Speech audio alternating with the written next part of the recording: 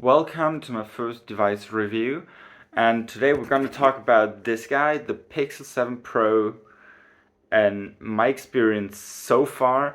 I've gotten it about almost a week ago on Friday on delay because I wasn't there to get it on the first day of shipping. And so yeah, let's talk about it. I'm coming from a Pixel 6 Pro, which I'm recording on right now because I do not have another phone for that. And wait a second, I should probably turn on Do Not Disturb for the review.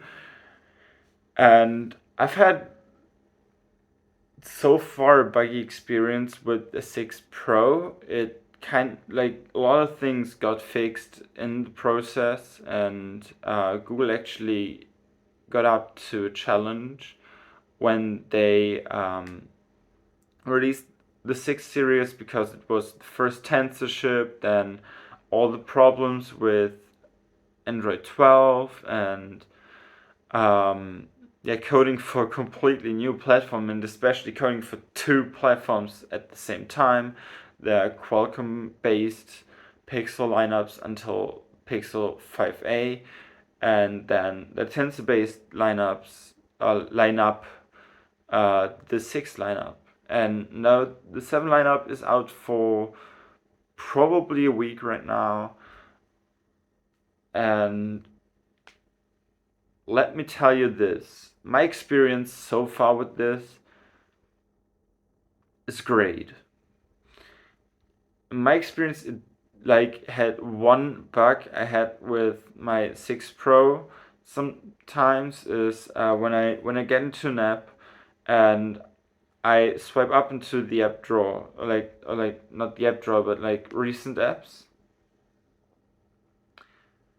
and it just like didn't do it. It just sticked in the app, and that's a bug I experienced on my 6 quite a while ago. I hope it gets resolved on the 7 Pro. But so far, the only bug I've ever experienced. Signaling, signal with all the antennas and millimeter wave 5G and stuff like that works great for me.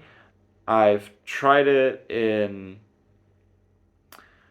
Brunswick and Wolfenbüttel and in Hanover, and it just worked straight up better than on the Pixel 6 Pro, which is great. So it actually shows that the new Samsung modem built into Tensor G2 holds up pretty well, and it performs much better than the one in the 6 Pro.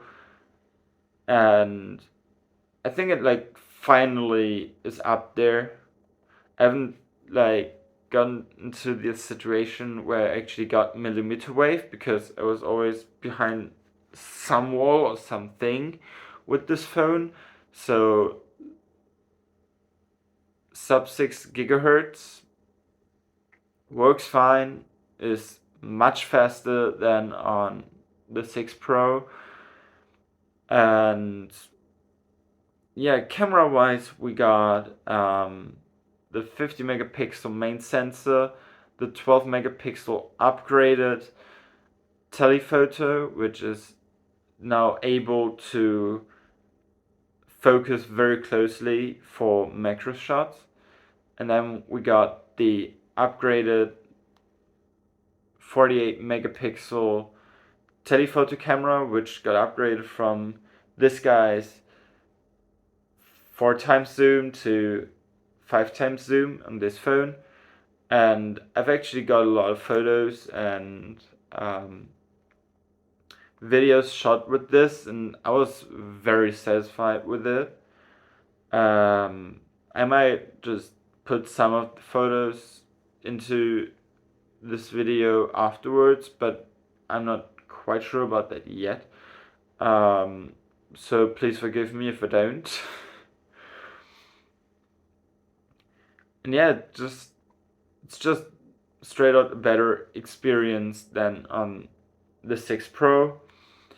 And it holds on better to signal. It runs better on worse signals, and it's just a more fluid experience. I've got some kinks to work out, but those are just related not to the phone exactly, but like to stuff I do on the phone, which is kind of like private stuff.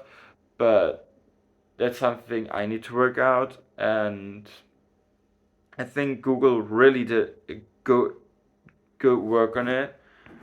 Um, Voice recognition, SnapPay, opening apps even faster, and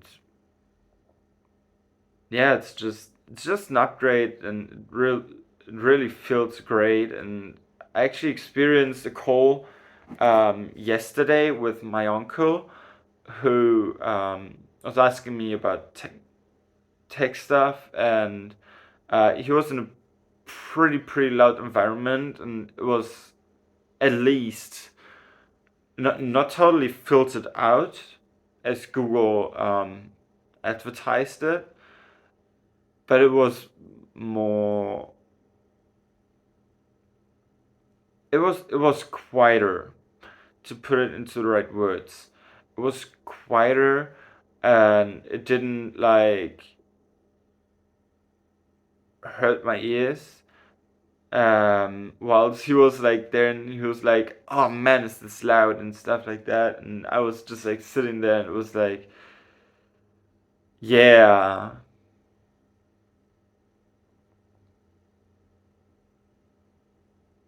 it's it's quite quiet for me.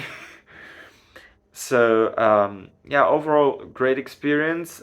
What I can confirm, what others already said about the speakers on this guy, is the speakers down here and up here are more focused on vocals and have actually less bass than the predecessor, which I can what I can actually forgive, because in my opinion it actually overall sounds more balanced, which is great. One thing I actually was pretty critical about is that they replaced the camera bar, which was made of glass, which kind of,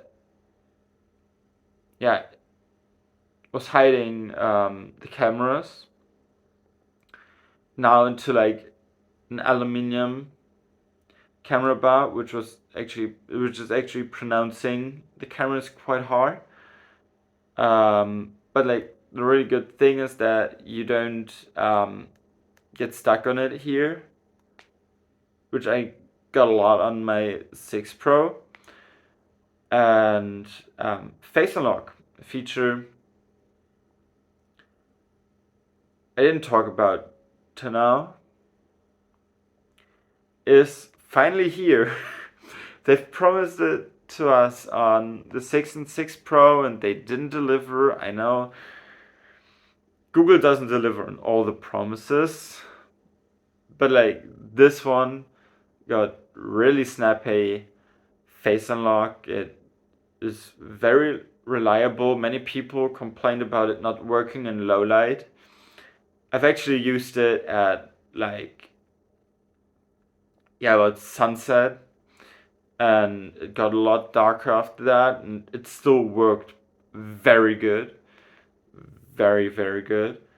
And so that's something I can't complain about. And the fingerprint unlock actually works faster. I think they use a more modern sensor.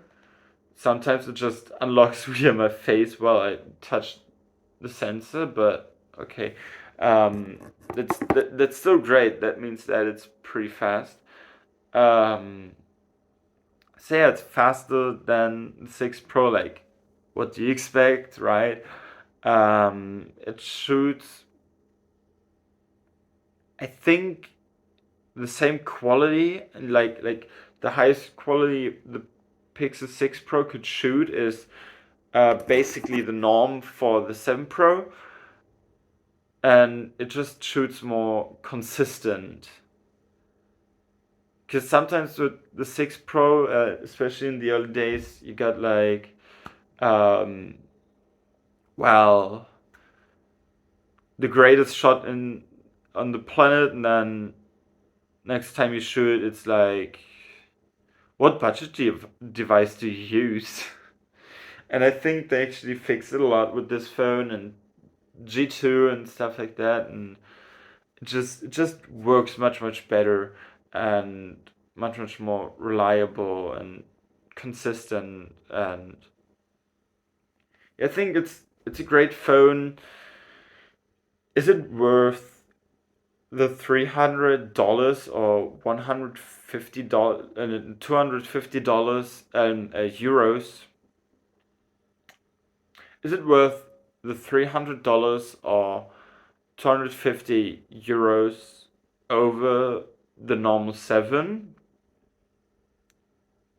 I think it really depends. I haven't tried the Pixel 7 so far, so take this with a grain of salt. I think the 7 is about 90% of the experience of the Pro this year, because, well, the Pro got macro mode, the Pro got like 5 times telephoto camera, which you can't really like ignore about this phone. And it got an even better display. It has 1440p, it has 120 hertz. And by the way, if you buy this phone, you should go into the settings, then go to display, and then under screen resolution down here, uh, it's defaulting to 1080p high res. If you want to have the full resolution, you need to switch that to 1440p on this phone. Um, yeah, so I think that's all I have to say about it. Watch some other videos about this phone or its smaller brother. The Pixel Watch is arriving in some months at my home, and I hope to make a review about it. But I might need more time for that, because it's just another kind of device, and I need to get used and need to find out what to really test about it, because I've never really reviewed a smartwatch. I've only like reviewed phones for my family and now for you. Um, so yeah, hope we see us then, and have a nice day, have a nice week, and see you in the next video.